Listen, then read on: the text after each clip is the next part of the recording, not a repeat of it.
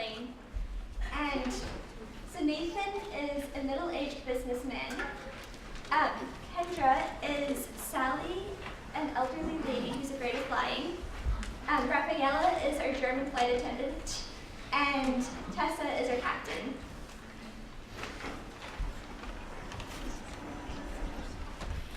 Hi, I'm Sally. Ray. What a beautiful day for flying, don't you think? I mean, as far as flying goes. Although, I much prefer traveling by car. There's much less of a drop when you crash. Not that we're gonna crash, I mean. Why would we crash? I don't think we'll crash. Don't you worry, sir. Just because I read that awful plane crash 48 years ago doesn't mean that we're gonna crash. Ladies and gentlemen, we will be taking off shortly. We request that you remain seated and make sure your seatbelts are securely fastened. Flight attendants, please take your seats. Ma'am. Sally. Sally, please let go of my arm. No, we're moving. Sally, let go of my arm. We're in the air. No, I can't look. Talk to me. What? Talk to me. I'd rather not. All I want is a quiet flight. Ray, I'm terrified of flying, and I need you to talk to me to get my mind off of this, or else I'm gonna be sick. Oh, great. Hate vomit. I don't feel very well. Please don't be sick. I watch Jeopardy reruns with my bulldog Henry every Friday evening. Now, people think the bulldogs are really vicious, but Henry is quite... A bulldog bit me once. Oh no, I think I'm gonna throw up. Don't do that. I work as a salesman for Billy's Buttons. You work for Billy's Buttons? They're special premium scrapbooking buttons made out of 100% recycled plastic. I've got a catalog if you'd like one. I know what they are. I'm an old lady, remember? Scrapbooking is my life. I made my grandson a scrapbook for his wedding. That's why I'm flying to London for his wedding. I still remember when he was little. And now he's so grown up. Would you like some peanuts? What did you do to your grandmother? Oh, she's not my... This is unacceptable. Shenanigans, you have no respect for old people. Not even for your own grandmothers. But he was just a little boy. That makes you mad. That's not your fault how he turned out. A good slap to the head. That's what he deserves. Can't a man have a moment of peace? Why didn't you stand up for me? I'm gonna throw up. Here we go again. I hate flying, it scares me. Really, I never would have guessed. Aren't you afraid of anything? Just water, I guess.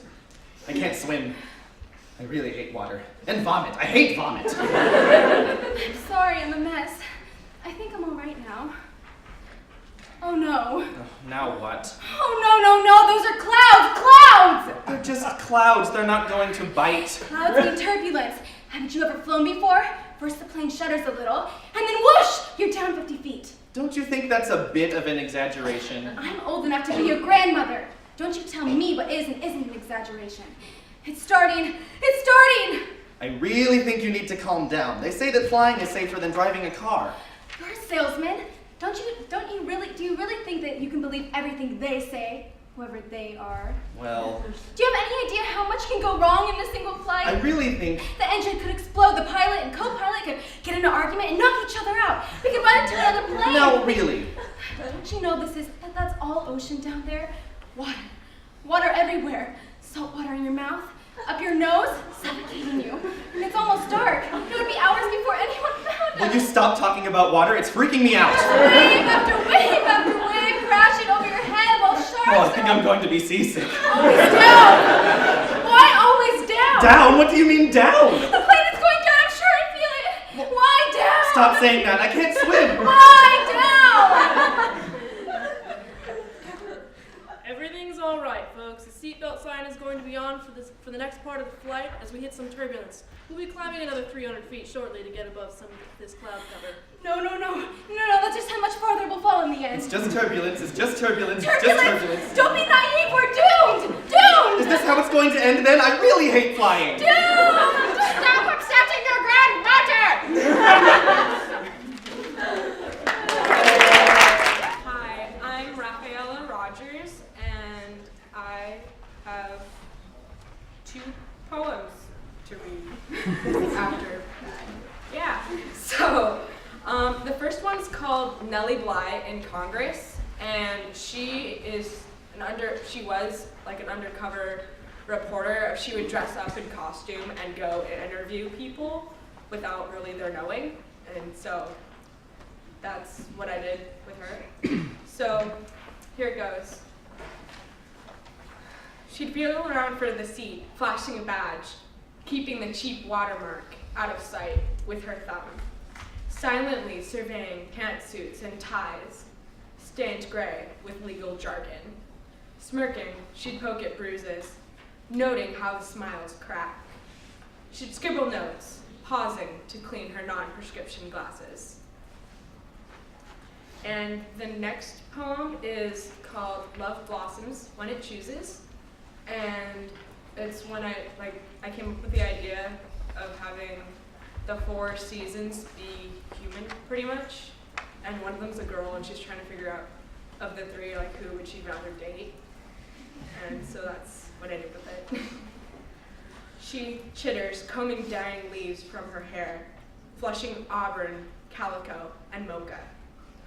Winter arches his brow, crackling underbrush. He reeks of extinguished flame.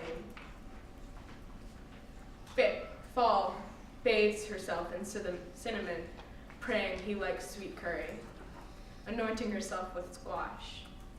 Spring fell over summer, popping daisies from his chest, scrambling for ice cream to match her hot chocolate.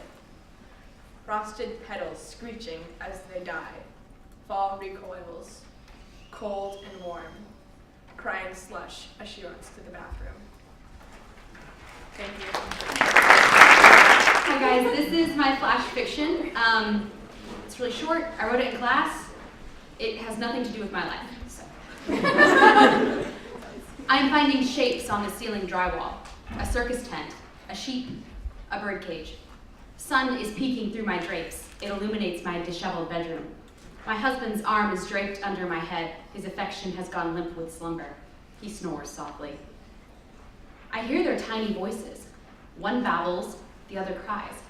I untangle myself and shuffle across carpet that was once white. It's almost time to get it cleaned. I mentally calculate my checkbook. The crib is white, the walls are blue.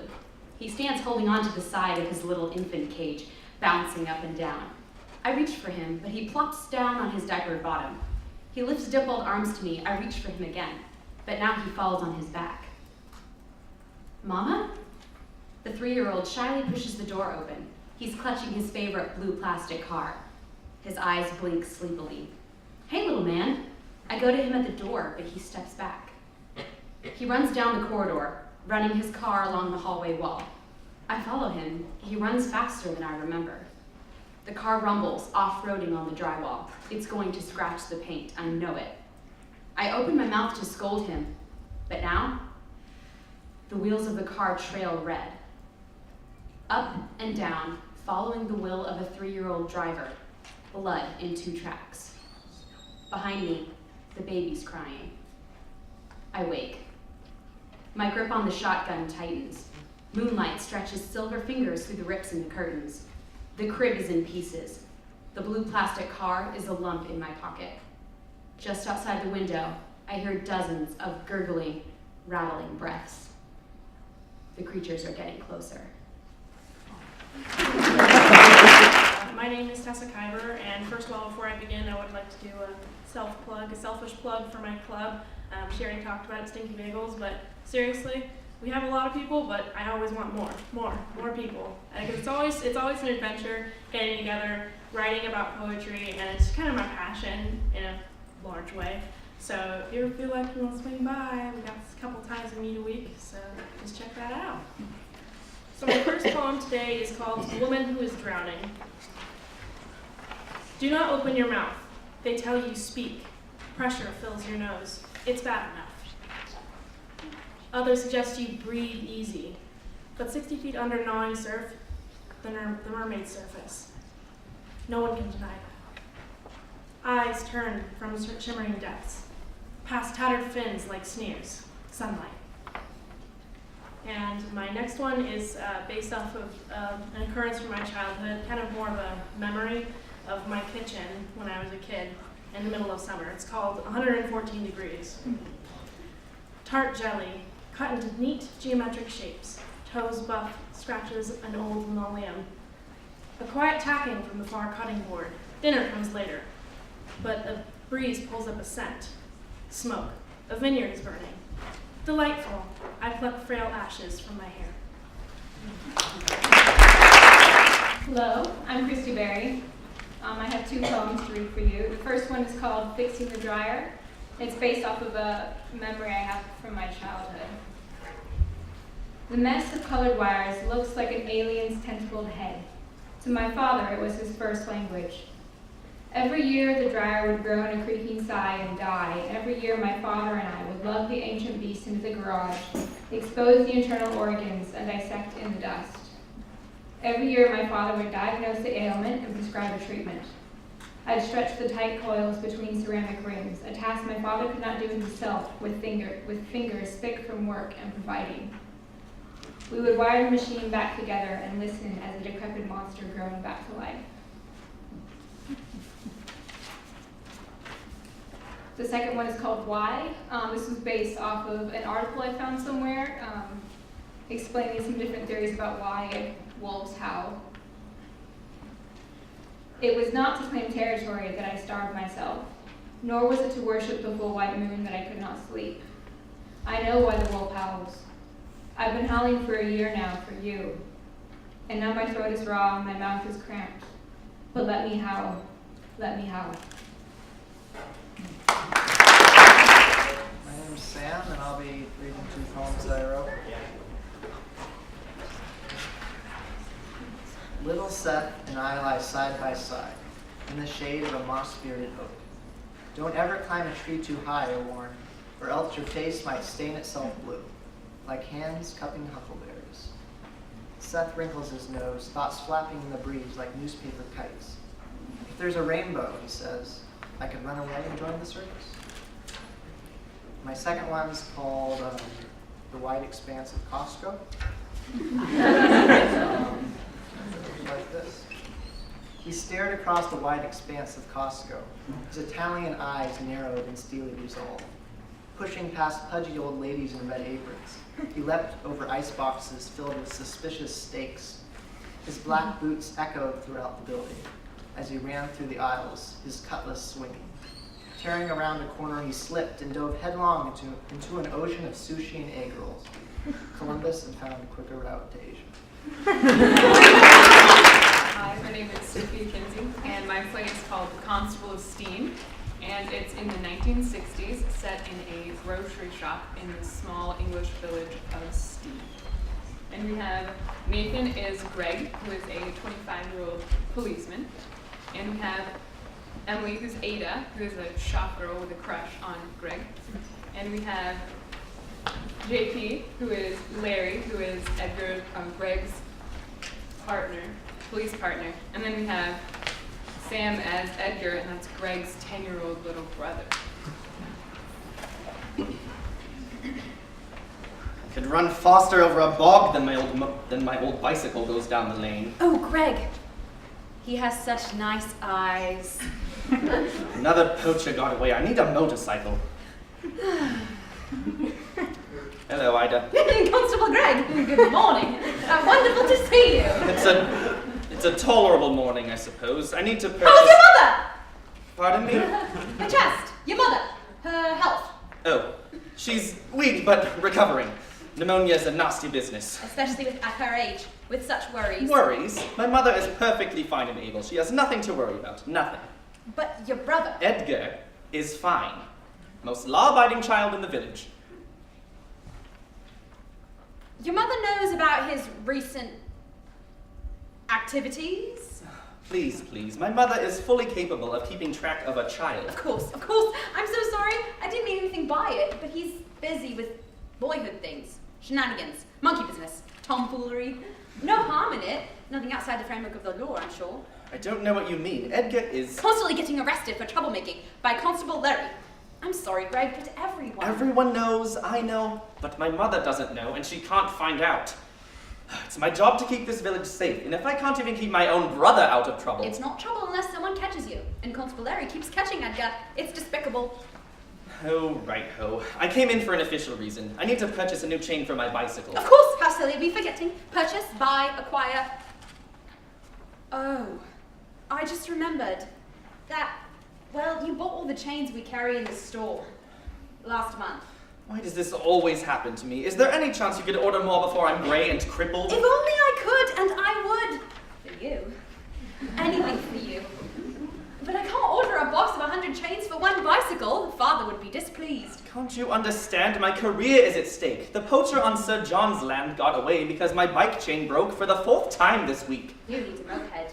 I need a motorcycle. Or a motorcycle. I also need a new chain for my ruddy bike since I can't afford a motorcycle. I'll order more, especially for you. Doing my duty is hard enough without a ruddy junker bike. Have you asked Mayor Smith to organize a fund to get you a motorcycle? The town constabulary deserves whatever he needs to get the job done.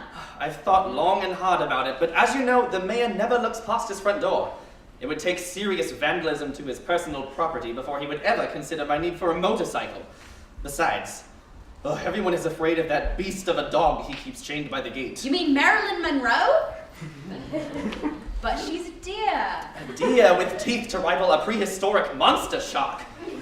The spokes of my Schwinn are bent in 8 places because of that dog. Only one person gives me worse nightmares than Marilyn Monroe. Edgar? Oh, rather. Constable Gregg! Yes, Constable Larry.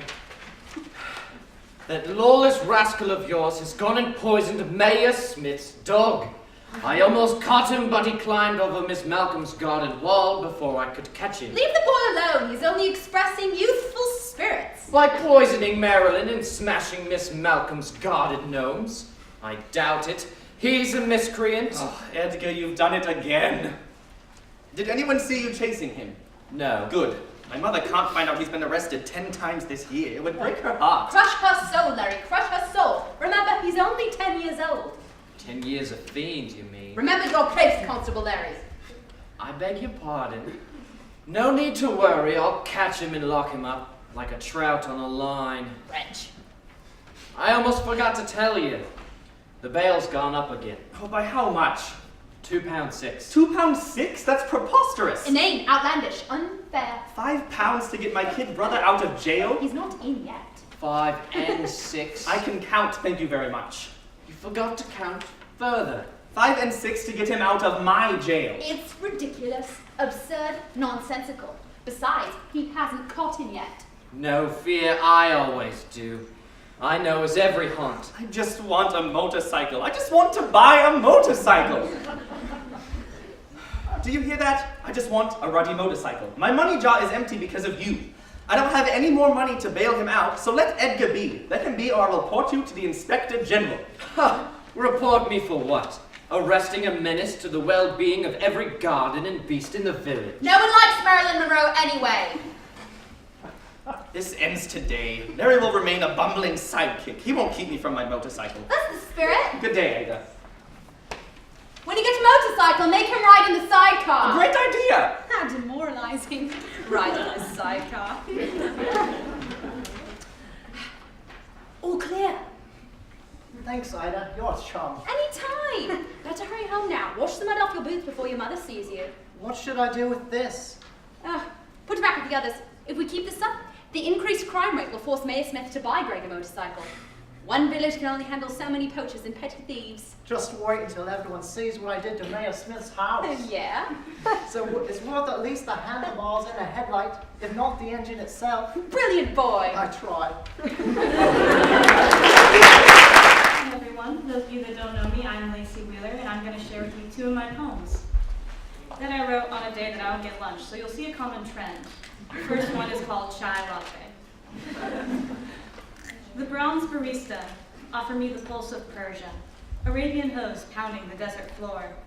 With a flourish, he tossed a handful of the Almora markets, where cinnamon-toned Eastry danced to the streets. Star anise was broken like an offering to the gods. Cardamom kissed the potion. Compressed clouds brushed with whispered prayers spill over the brim. Our hands touch.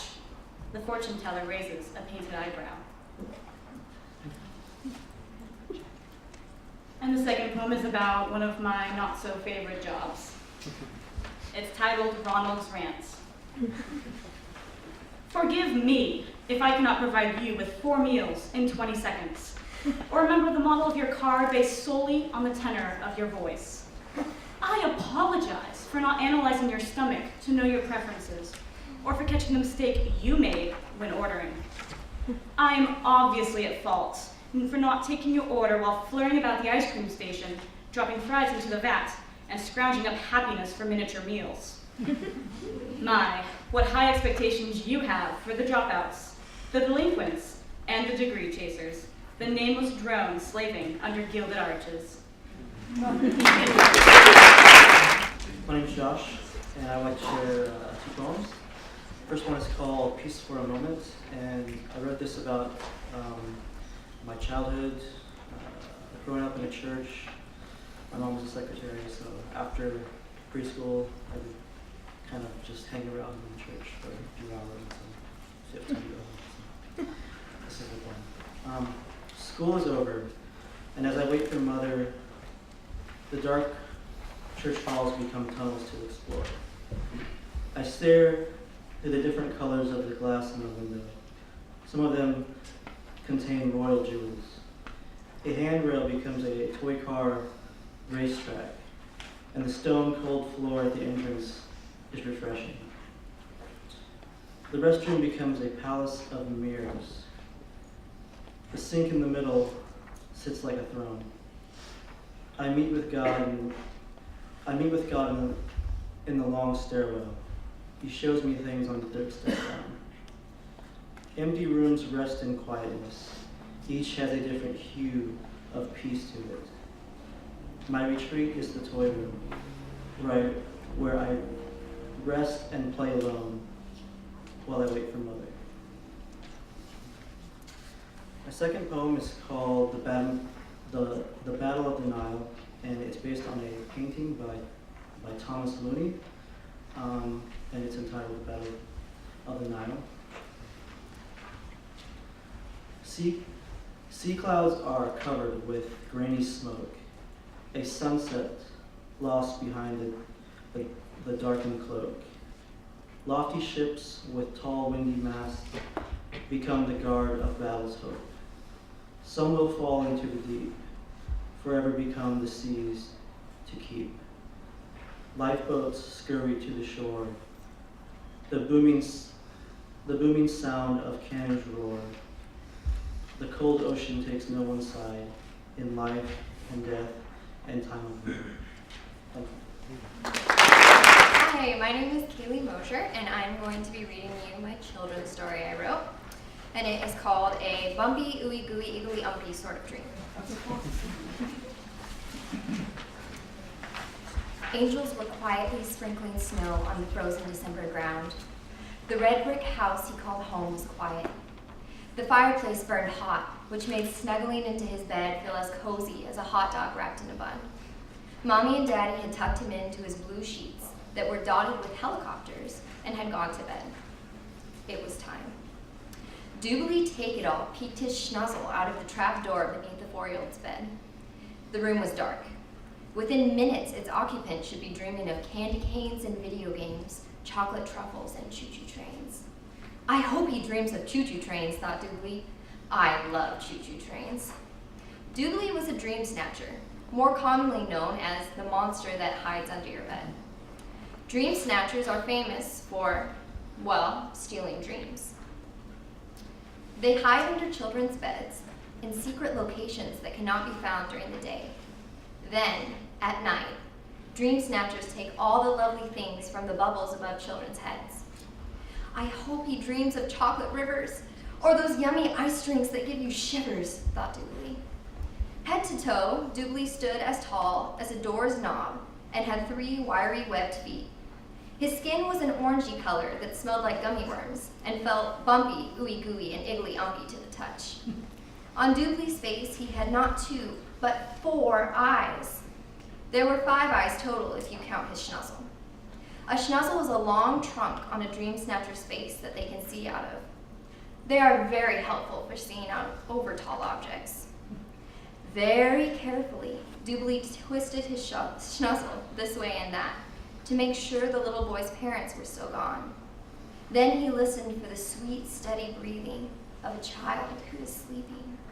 He must be dreaming by now, Doobly whispered to himself. It is easy for a dream snatcher to steal wonderful things from a child's dream because dream snatchers aren't afraid of sleeping children. The only thing in the world that a dream snatcher is afraid of is a child's laugh. The sound makes their orange skin turn yellow and their schnuzzle shake. Their eyes close tight, and the dreams they stole, they break. This was the reason Doobly needed to make sure the child was asleep. No dream snatcher wants to risk hearing a child laugh. Deep down in his bumpy, ooey gooey, iggly umpy web toes, Doobly knew that he should wait just a little bit longer to make sure the boy was asleep. But the thought of chocolate rivers and choo-choo trains made him too excited to wait any longer. I must be patient. I must follow my scheme. I must steal myself a child's dream, Doobly whispered to himself. Quieter than Santa delivering toys, Doobly reached his orange hands out of his hiding hole and pulled himself up onto the floor under the little boy's bed. He saw a sock with a hole and a half-eaten chocolate bar.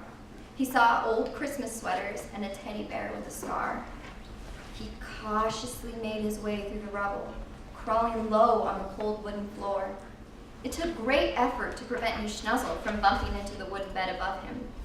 Starlight greeted him when he poked his schnuzzle out from under the bed. To his right stood a closet door with yellow peeling paint that was open just a crack. To his left sat an open window frosted with ice blue curtains. Straight in front of him stood the little boy's bed. Oh boy, I bet he's dreaming 2 dreams, or 3 would be dandy. Maybe he's dreaming 4 dreams, and all to do with candy, thought Doobly. Now if he could just gently pull the covers off the boy's head so he could see his dream. Doobly cautiously peeled back the blue sheets dotted with helicopters. I gasped. The bed was empty? Where could the little boy with all the lovely dreams be? He's not here or there or anywhere that I can see, thought Doobly. Crash! The yellow closet door flung open and a 4-year-old boy clad in green dinosaur pajamas leaped into the air. My name is Joshua William Gregory Jones, he shouted. This is my bedroom and you can't have my dreams. Doobly became very afraid. His thoughts became cloudy and he forgot which way to run. He forgot which way was home. He forgot how low the bed was. Bam! Doobly's schnuzzle crumpled into the side of little Joshua's bed. It started with a contained giggle, but Doobly's small ears heard it. Within seconds, it grew into a chuckle. In no time at all, Joshua was laughing. Before Doobly could have even hoped to react, the 4-year-old's springy blonde curls were dusting the floor as he rolled to and fro, clutching his stomach while roaring in laughter. Doobly felt the sound crinkle in through his ears, his mouth, and his nose. It made his stomach gurgle and it crinkled his toes. The sound made his orange skin turn yellow and his schnuzzle shake. It caused his eyes to close tight, and the dreams he'd stolen, they began to break. No, no, no, Doobly cried, as all the past dreams he'd stolen began to shatter. The laugh melted his chocolate and destroyed his games. It broke his candy and derailed his trains. Doobly, take it all, was having a nightmare. Without a second thought, the little orange monster ran towards Joshua's window and jumped through it. Joshua heard the monster's feet running away. Squallum, ping, ping, squallum, ping, ping. A satisfied smile spread across Joshua's face. Monsters don't scare me, he said with a chuckle. Then the little boy in the green dinosaur pajamas yawned really big. He slowly moved toward his bed, pulled back his blue helicopter sheets, and Joshua William Gregory Jones fell asleep. My name is Rachel Schurmeyer, and I'm going to read 2 poems for you guys today. The first one is called Sapphire Dreams, and the prompt we were given for this poem is we had to personify a color without actually saying the color's name. So. His goodbye, bittersweet in my mouth. An ocean of impersonal waves. The crisp, brilliant sky. Raindrops scribbled on a child's paper. Jazz, in a melancholy mood. And the second poem I'm going to read is called Sweet Wax Candles, and it's based on a painting by John William Waterhouse that's called Persephone. Her blistering locks fall free, but she doesn't notice. Heavy gold chains caress her neck, telling of forced obligation. The boat rocks. Ripples skip away over the lake, like a mother who shuns her feverish infant. The rough, bright yarn blankets grow cold, the pictures on them turning from gaiety to wretchedness. She wishes her life like the floating, rotting logs. Frigid flames devour sweet candles. Hello, my name is Chica, and I'm going to read 2 poems for you. And the first one is a poem that's about my childhood, and it's called Brown Carpet. When I remember that house, I remember its brown carpet, and how we used to fling off our clothes like old skin and lay down, listening to the laughter of our parents, as we danced on our backs, rough shag against naked arms and legs. Rug burns made shapes on our backs, and we would smile as we were carried off to bed, our nightly ritual, another success. And the second one is called Rapunzel. Stone upon stone they built me. I do not know their names. I do not know where they have gone or from where they came. They built me tall and mighty, no way in or out, then left me here to stand, a tall and lonely mount. And then they sent her to me, a very little child, a veil of hair behind her that stretched from mile to mile. They had given me one window from which the child could see the world far down below us, filled with only her and me. And an anger built inside me as I watched the child grow, a whole world from her hidden, a world she'd never know. How I wished that I would crumble, how I hated every stone, every slab of rock below me, a prison, not a home. And oh, what I would give to release her from my cell. Instead, I hold her captive like a tower does a bell. My name is Hannah Malek, and I'm also going to be reading 2 poems, and it's from a series about my childhood home as well. And so the first one is I Sing to You. Of the pink refrigerator box that my mother, the artist, painted in lieu of a dollhouse late one night in secret, I come to sing to you. She and I lived long together, a life filled with empty boxes stacked high in our dark garage, among which stood the tall peak beacon. No windows or markings save a door cut out of its side. I clutched blue crayons and taught myself to draw flowers on its blank walls while the cat meowed at my feet. And the second one is called In the Room That I Remember. In the room that I remember, moonlight shines off mirrored closet doors, and my bed swallows me in an ocean of sheets. In the room that I remember, the ceiling towers high, much taller than I, white, like a sea of clouds just out of reach. In the room that I remember, I find myself thirsty. I take 2, 4, 6 steps and land soundlessly in the hall. Leaving the room that I remember, my ears begin to burn with muffled shouts, shaking sobs and words I've never heard. I'm not thirsty anymore.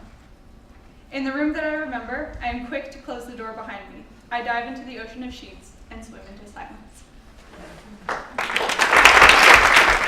My name is Claire Purnell, and I wrote a play called Hearsay.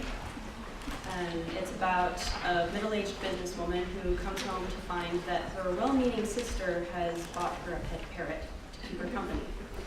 And in the midst of all this, she's getting ready for a date. So we have Rebecca is playing Nora, the businesswoman. Lacey is playing Jasper the parrot. And JP over here is Grant, Nora's date. And then Rachel down there is the disembodied whistle that we needed.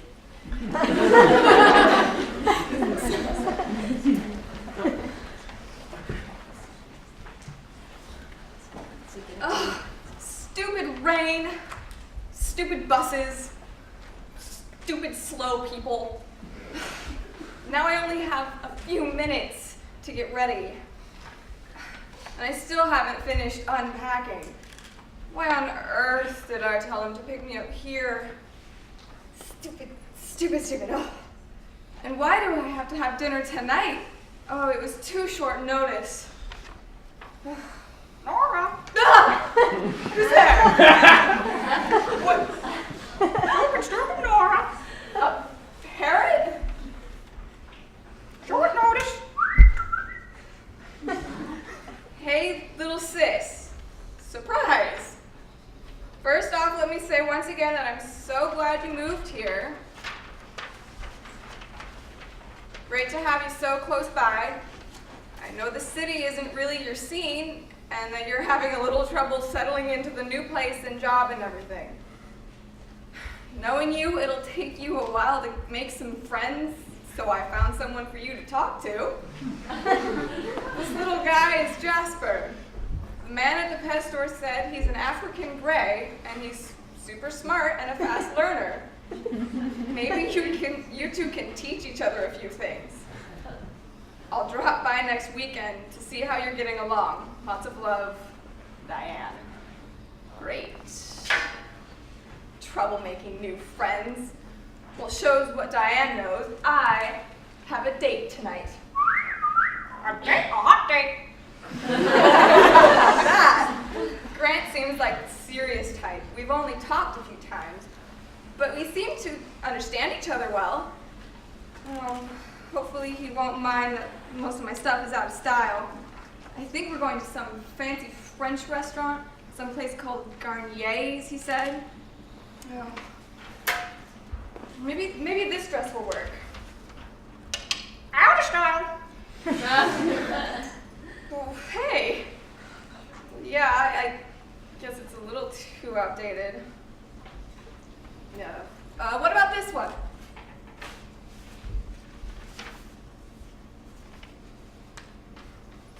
Oh, it's a little really old and wrinkled, though. How do you think I look in this one, oh feathery friend? Old and wrinkled. Old and wrinkled.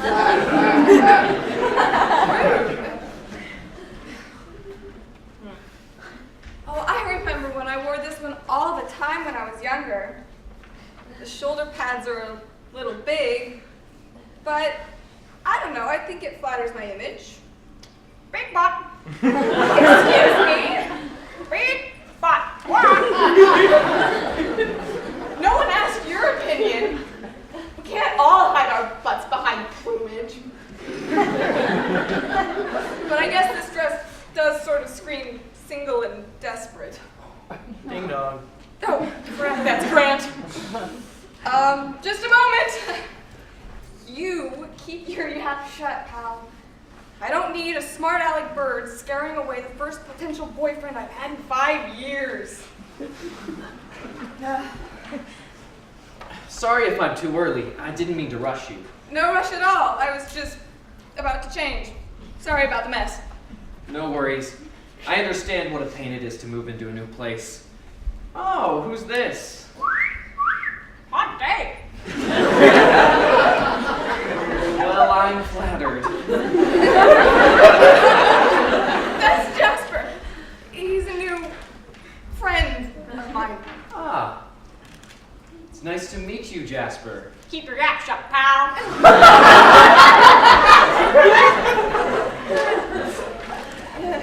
He's a spunky one, huh? That's one word for it. Smart aleck. To be honest, I was just asking Jasper's opinion on what to wear tonight.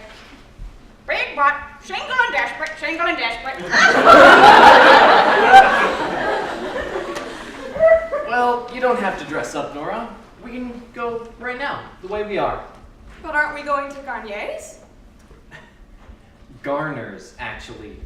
It's a roadhouse. Really laid back. You can throw peanut shells on the floor and everything. Oh. Nora, stupid, stupid, stupid. I don't know what my sister was thinking when she got me that thing. I would take it back to the pet store right now, but it's probably closed. Well, there's another option. What?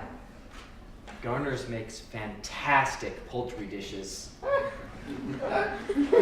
Oh crap! Oh crap! Reading a flash fiction.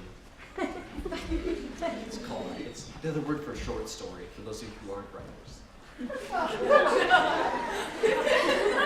Anyway, it's titled My Sister's Keeper. What do you think you're doing?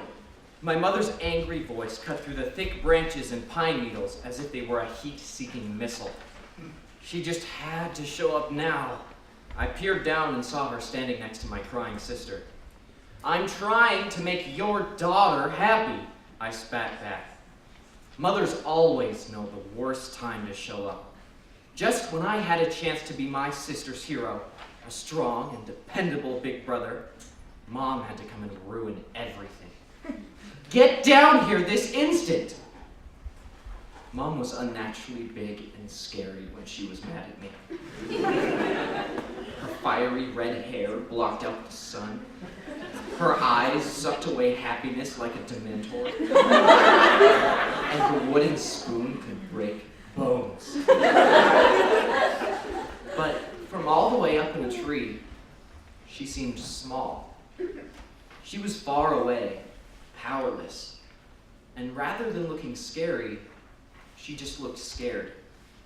I was 100 feet in the air. I was unstoppable. After I get the balloon, my sister needed me. She needed her balloon too. It was her birthday balloon that she'd kept for the past 2 weeks. She couldn't live without it. Today, she had taken it outside to show it off, but a strong wind blew it from her hand.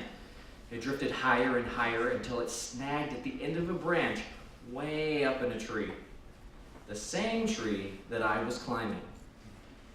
Losing that balloon made my sister cry. That was okay because she was a little girl, only 7 years old. I would never be troubled by a balloon. I was a decade old. I was raised to be a protected older brother. I could save her. The trunk was getting thinner. I could wrap my arms all the way around it now, but the balloon was still above me. I pulled myself up with sappy, sticky hands and paused on a thick branch. The balloon was on the branch right above me, but it was all the way out at the end. I set my feet on the branch below, clamped my hands on the branch above, and inched out toward the balloon. It's just a balloon. We'll buy another one. Don't go out on that branch. Sometimes parents are meant to be ignored. I reached out with my hand, but the silver ribbon that strung the balloon to the tree was just out of reach. A little farther I crept. A little more the branch supporting me sagged. One more step, one more creak from the wood. The wind that stole the balloon continued to blow. The whole tree shook. I was on my tiptoes now, but my fingertips could touch the ribbon. Another inch and I would have it. I moved my back foot forward and finally the branch snapped.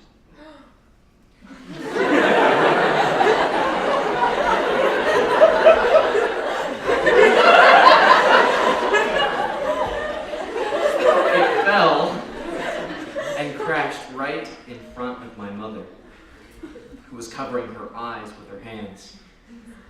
If she had looked up, she would have seen a mangled branch at her feet, and me, hanging by my hands, still up in a tree, with the balloon victoriously in my grip.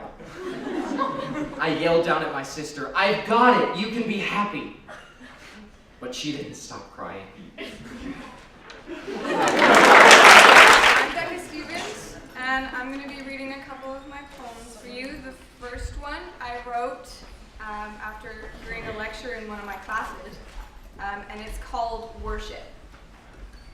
The whole of nature has one occupation, and we are different in nothing but specifics. Our ability is unique. We do what birds can't, but the birds do it better. With their constant song, they pierce through the rain. Their bright wings splash against the clouds. But we, who are supposed to be more, have remained silent and still for far too long.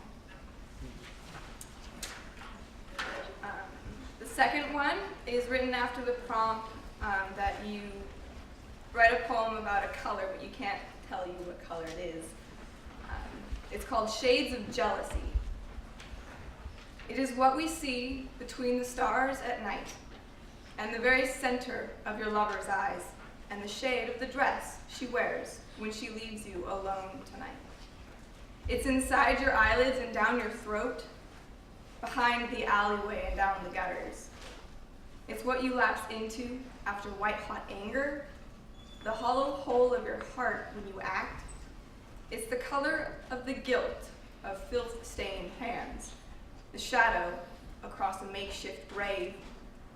It's a shade darker than the doubt in your mind and the streams of ink that glisten as you write goodbye for the very last time. I'm Rachel Gosling, and I'm going to read my short story, Words Left Unsaid.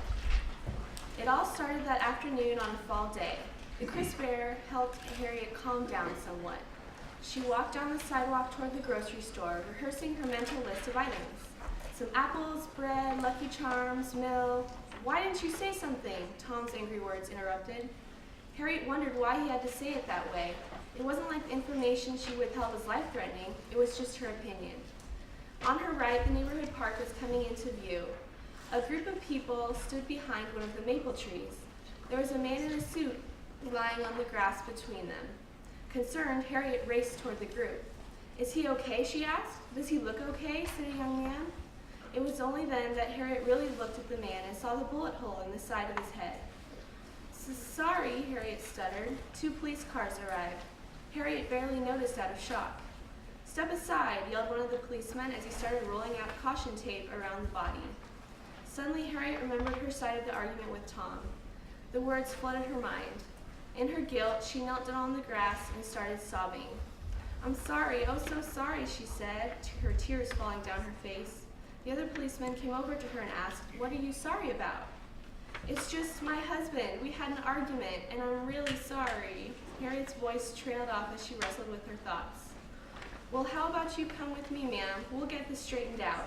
The policeman led her to the back of his car, and she got in. What did I say? Why am I here? She wondered as she rode away in the police car and regained some composure. Why did I say it that way? She asked herself as she sat in the cold gray holding cell. After the questioning at the jail, she made an embarrassing phone call to Tom. Tom? Harriet, what's going on? Well, I'm at the county jail. It's a long story. Will you come pick me up? Tom chuckled. How did you end up there? Like I said, it's a long story. Can you just come get me? Tom sighed and said, okay, but you have to explain this to me later. We have to get our argument worked out. Okay. Later, Harriet sat next to Tom as he drove toward home. All of a sudden, she remembered, oh wait, can we go to the grocery store? My name is Kate, and I have 2 poems to read to you. The first one is based on the Freedom Trail that I walked with my brother and sister-in-law in Boston, Massachusetts. It's called Walk the Freedom Trail. Tiptoe through graveyards, finding Franklin, Mather, and Adams. Sip tea along the banks of Boston Harbor. Gaze in the window where Paul Revere's anxious wife peered out. Sing My Country 'Tis of Thee on the steps of Park Street Church, joining voices of 1831. Patrol boundary waters on the USS Constitution. Climb aboard the Mayflower II. Stroke the cold nose of the horse bearing his soldier on 3 legs. Walk free. And the second poem is also based on the prompt to write a poem about a color without naming it. It's called The Royal Shade. You are missing in the sunset, but support the rainbow. You carpet half of the Sydney Opera House and clothe royalty. You are February's color of choice and expose a fresh bruise. You are the Alexandria's genesis of Elizabeth Taylor and can change your name whenever you want. Thank you. I'm Haley Wanberg, and I will be reading a poem and an excerpt from my short story. And in light of finals week, I'm reading a poem called Those Dominant 7 Days, and I hope you music people appreciate this poem. As the tension rises, as the semester comes to an end, the rays of light seem so far away. Some survive on coffee, some survive on tea. Everyone seems to hold out endlessly. But the chord will resolve, all thoughts will come to an end. We will rest, relax, take a deep breath, and continue the rondo once again. Right. And my short story is titled The Golden Hour, and it's a children's story. So here goes. There was one little cottage painted brown that stood close beside one little town. There in the cottage a family dwelled, delightful as daffodils dancing in the dell. One mama, one papa, and one little girl with auburn hair that could curl and twirl. One Saturday, adventure filled the air. Lynn followed mama, and so did her hair. They went to the market to buy some supplies, but Lynn got bored. That's no surprise. Sneaking away from her mother's side, Lynn went to a caravan to see what was inside. "Excuse me, Mr. Market Man," Lynn timidly said. "Why are you here, not elsewhere instead?" "I'm a peddler, little girl. I go from town to town. I sell little things from the places I found." She heard not what the peddler did say. She dug through the watches, the beads, and the clay. A little gold leaf found little Lynn's hands. It was the most beautiful leaf in all of the lands. "Mr. Peddler, may I keep this leaf? I wish to take it home, but I have nothing in my pouch but a pebble and a comb." Lynn gazed with longing at the leaf she could not keep for long. The peddler sighed in pity, then sang a half-forgotten song. Hey guys, I'm Nathan. I wrote a play. So, this is Sam Bagenstas. He's going to play the role of Jean. Kendra Chica is playing Victoria. This whole play takes place at their house around their dining room table. Hannah Bullock is reading some stage directions. And yes, this is Toothpaste and Braziers. Jean and Victoria are sitting for dinner. Jean is slouched, eating quickly, and staring at his plate, obviously avoiding Victoria's eyes. Victoria hasn't touched her food and is staring at Jean, trying to decipher what's on his mind. Jean, why are you eating so fast? What's wrong? Nothing. I'm just tired is all. You can tell me if there's something bothering you. Was it the chicken? It was the chicken, wasn't it? I can never make it like your mother does. Did I miss something? I just had a long day, Victoria. There's nothing wrong, really. Okay, fine. It's the chicken. It's not hot enough. The chicken's delicious. I know. Babe, what's the matter? You can tell me. Is it the wine? The store was out of your favorite. I'm sorry. Okay, I don't know how to explain this. You breathe funny when you sleep. There, I said it. I breathe funny? What does that even mean, Jeannie? I'm not even sure. Ever since we got married, I noticed that when you're asleep, your breathing is crazy loud, and it's been keeping me awake, and my sleep schedule is all screwed up, and I'm tired all the time, and I just can't sleep. I don't want to leave the bed because I'm all comfy, but I can't get any sleep there either. I don't know what to do. It's not a snore, but it's not normal breathing either. It's like, have you ever heard a pig breathe?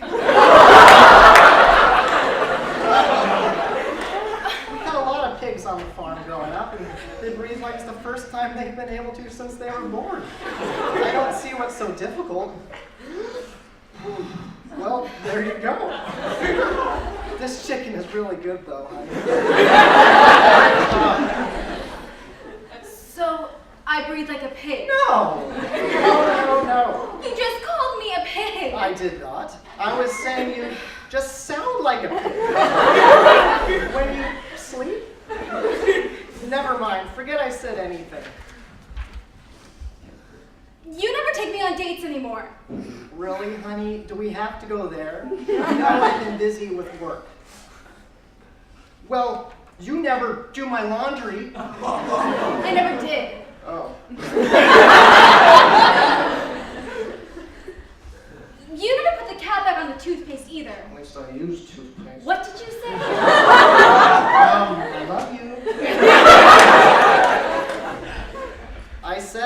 I used the toothpaste. You know I have sensitive gums. That's the only sensitive part of you. Oh, please.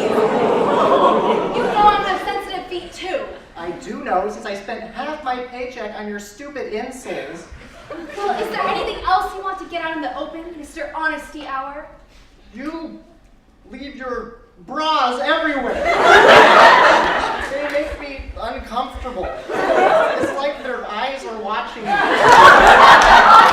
And why are they so expensive? And why do you have so many? I swear they breed in your dresser. Or at least they would if they ever were in your dresser. They support me.